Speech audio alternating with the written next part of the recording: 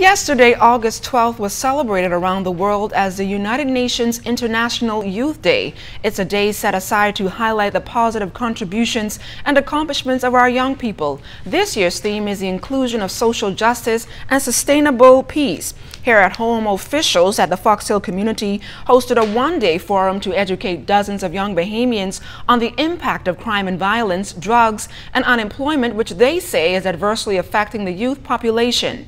Representative for the Pan American Health Organization for the Bahamas and the Turks and Caicos Islands, Dr. Esther de Gorville, talked about the one-day forum and the important role young people play in this country. We have seen here in the Bahamas that the murder rate has doubled in the last 10 years, and we have seen that, especially since the start of this year, there have been frequent reports of violence in schools.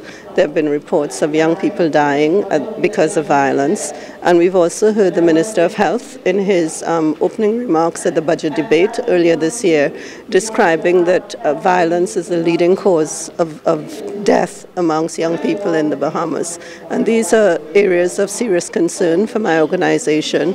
And I think that it represents a loss of the valuable resource that the Bahamas has in its young people. And we really need to turn the tide of violence and help young people to be secure and to enjoy their childhood and their young adulthood.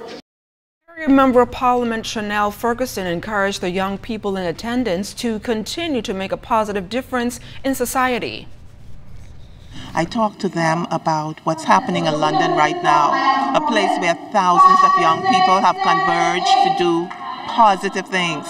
And I want them to know that they're not alone and that youth all over the world are making a difference when it comes to peace. I let them know that they have come from greatness out of Fox Hill, and we are not going to be defined by the bad things that happen. And I asked them, had they seen one of the dollar bills from the central bank?